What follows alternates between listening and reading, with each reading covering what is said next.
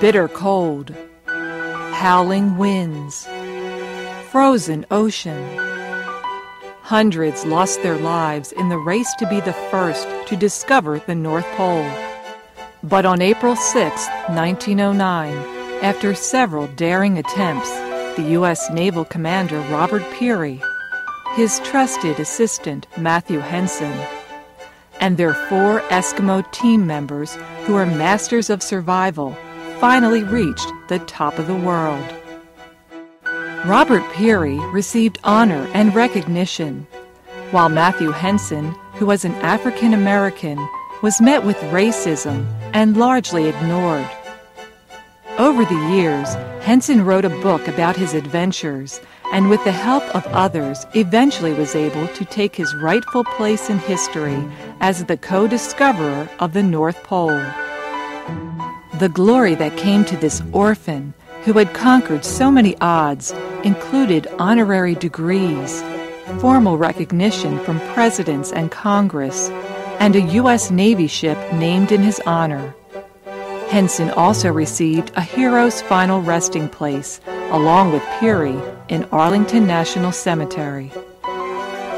Now his story is helping to launch the development of a new Maritime Museum in Camden. He is a mariner, he's a navigator, a sailor at age 12. What could be better as a symbol for the new museum than this individual? He is someone who's increasingly recognized as a hero, but certainly in his day was not accorded all the due that he deserved. Here was an opportunity to really set things right and create what is, to the best of our knowledge, the first life-size, actually larger than life-size statue to Matthew Henson. The founders of the museum wanted a sculpture of Henson out front to show how the abandoned Church of Our Savior was now about to take on a new life as the Camden Shipyard and Maritime Museum. The building was constructed in 1881 out of ballast stones brought over in sailing ships from around the world when Camden was a town of shipbuilders and dock workers. In 1892, one of the expeditions of Robert Peary and Matthew Henson, they brought back 20 tons of stones from an island off Greenland. And those stones ended up here in the extension of this building. John Giannotti won the competition to create the Henson sculpture. This Renaissance man taught for more than 30 years at Rutgers University and became chairman of the Fine Arts Department on the Camden campus. Now retired, he likes to sculpt, paint, and play music, and he's been working nights and weekends to complete the sculpture of a man he's grown to admire. I knew very little about him before this project was brought up, and then the more and more I read about him, the more I understand, that this is a story worth telling. And in Henson's book, he talks about the fact that he crossed over the pole and came back and read the coordinates and realized, seeing his footprints, that he was the first one to actually touch it and reach it. What struck me were certain photographs of him that I found in some old books that just show his true character. What a great face he had. Transforming historical figures and icons into monumental public sculpture has always been a passion for Giannotti. He has captured fearless firefighters, the Nobel Prize-winning scientist Madame Curie, and a person very close to his heart, Walt Whitman.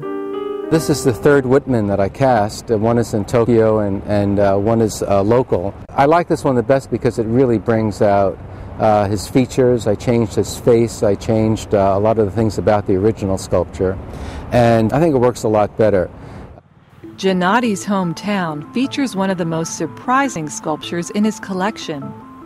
Hadrosaurus folki commemorates the discovery in Haddonfield of the most complete set of dinosaur bones ever found in the mid-1800s. It started out as sort of a normal project, but it quickly became something that was a total community effort. Over 500 school children came to my barn while I was working on this. I had each one of them take a little piece of clay and put it on the dinosaur to sort of pick their spot. Students from the Haddonfield Middle School are also helping with the creation of the Henson sculpture. I put mine right there. Giannotti shows Henson with his favorite husky, King. The Eskimos taught Henson how to drive sled dogs, which was a critical factor in reaching the North Pole.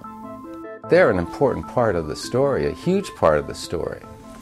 And so I am working and struggling a little bit with trying to get this husky exactly right. It's a difficult dog to sculpt, by the way. Sculpting is heavy work. This piece has taken several 100 pounds of special clay made of oil and wax. You work it. You work it with a number of different tools and your fingers until you get it exactly right. This is the inspiration part. And then the real hard work starts, making the molds for this and making the castings. A team of artisans brings the sculpture to life. Angelo Carolfi comes from a long line of sculpture casters. His expertise ensures that the artist's vision is realized. The artists sometimes get very, very attached to their work. It's kind of like their baby. So when I go after it with grinders and saws and sawzalls and things like that, sometimes they can get a little bit tense. So John understands the process, so it's great working with John. I'd like my artwork to have something a bit different about it that makes you want to stay a little bit longer and not see it just as an illustration or a well-made statue, but something beyond. And in this one, the idea of having Henson looking at you and waving, well, that comes from historic documents. But the idea of having his husky looking up at him, making that connection with Henson, and then Henson making that connection with you as the viewer, there's this kind of three-way conversation going on. And I think that's the real essence of this particular sculpture. On a rainy day in Camden, some people called it Henson weather. The sculpture was unveiled. And every city of any worth has art. Poor cities are deprived of art. Somebody who's such a heroic person and such an inspiration, to have him honoured amidst the people, I find that to help with the saving of Camden. The way that Henson was sort of partially recognized during his life, and there were a lot of doubters, and then finally the scientific community came around to understanding what he did. That's meant a lot in working on the sculpture itself. The idea that I could make a contribution to appreciating a person who had such a great accomplishment in his life and was ignored for most of his life is important to me.